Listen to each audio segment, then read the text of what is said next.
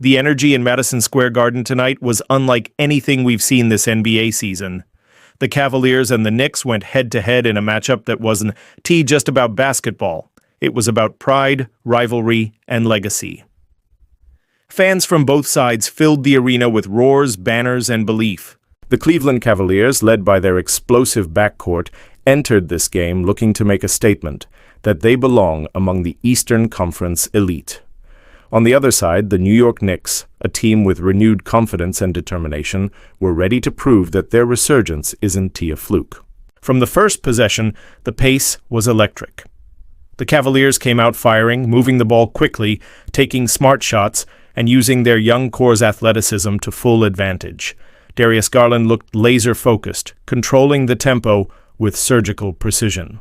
His pick-and-roll game with Evan Mobley reminded everyone why Cleveland's future looked so bright. Mobley's rim protection and rebounding gave them early control of the paint, but then came the Knicks' response, and it was pure heart.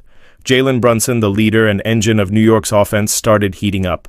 His mid-range jumpers, fearless drives, and clutch decision-making brought the Garden alive. R.J. Barrett added to the energy, attacking every mismatch and showing improved confidence from deep. Every possession felt like a battle of wills. Garland versus Brunson, Mobley versus Randle, energy versus experience. By the end of the first quarter, it was neck and neck. Cavaliers up by just 2. The intensity didn't drop for a second. In the second quarter, the Knicks' defense started to bite back. Josh Hart, with his relentless hustle, turned defense into offense, sparking transition plays that caught Cleveland off guard. The crowd erupted with every steal, every dunk, every blocked shot. The Knicks went on a 10-0 run, and suddenly, Cleveland looked shaken. But this Cavaliers team doesn't fold easily. Donovan Mitchell, back in his groove, reminded everyone why he's one of the league's best scorers. With back-to-back threes and a baseline drive through traffic, he silenced the New York crowd. At least for a moment. His intensity was contagious. Karis LeVert and Max Strus followed his lead, hitting key shots and playing tight perimeter defense. By halftime, the Cavaliers were up by 1. The third quarter was a pure dogfight. Both teams traded buckets, and neither blinked. Julius Randle, who had been quiet in the first half, came alive. He hit back-to-back threes, flexed at the crowd, and yelled in celebration. You could feel the momentum shifting. The Knicks fed off his energy, pushing the pace, getting stops, and running the break. Cleveland tried to respond, but the Knicks had found their rhythm. Still, as the quarter wound down, Darius Garland orchestrated a flawless 2-minute stretch. A step-back 3, a no-look assist to Mobley, and a steal that led to a transition layup. It was poetry in motion. Heading into the fourth, the Knicks led by just 2 points. The game could go either way, and then came the final quarter. Pure chaos. Every possession mattered. Every timeout felt like a war room. The Knicks tried to trap Mitchell on the perimeter, forcing the ball out of his hands, but Cleveland's ball movement was too sharp. Strus hit a corner 3. Mobley blocked a shot on the next play. Garland floated one high off the glass. The Cavaliers took the lead with under 3 minutes left, but you can never count out the Knicks in the Garden. Jalen Brunson, calm, fearless, unshakable, drove past 2 defenders and hit a floater that brought the house down. The noise was deafening. On the next possession, Randle muscled his way inside, drew a foul, and tied the game at 108. 1 minute left. Cleveland called timeout. The tension was unreal. When play resumed, Donovan Mitchell took control. He dribbled at the top of the key, waited for the screen, and split the defense, straight to the rim. Contact, basket, and one. The Cavs bench erupted, but Brunson wasn't done.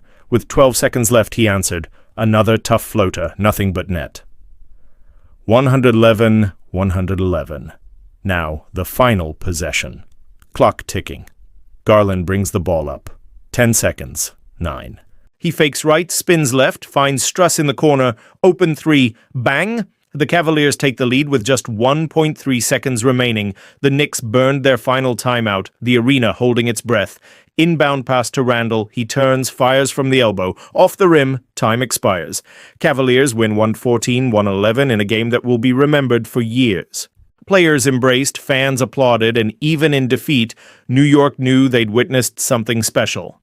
Statistically, this game was a masterpiece of balance and heart. Darius Garland finished with 28 points and 9 assists. Mitchell added 25, while Mobley dominated inside with 18 points, 12 rebounds, and 4 blocks.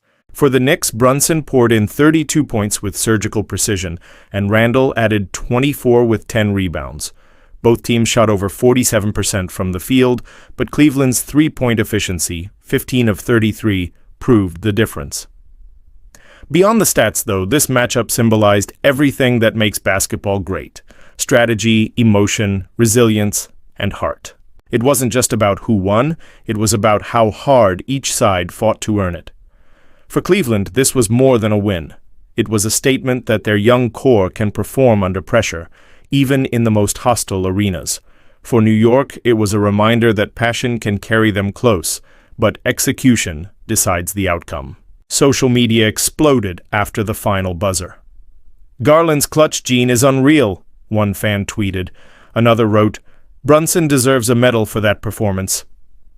Clips of the final minute went viral across platforms, millions of views within hours. ESPN, Bleacher Report, and sports creators everywhere couldn't stop talking about it. In a league filled with superstars, this game was a reminder that teamwork still wins games. The Cavaliers' chemistry, trust, and discipline shone through, and the Knicks' never-say-die attitude showed why they were one of the most beloved teams in the NBA.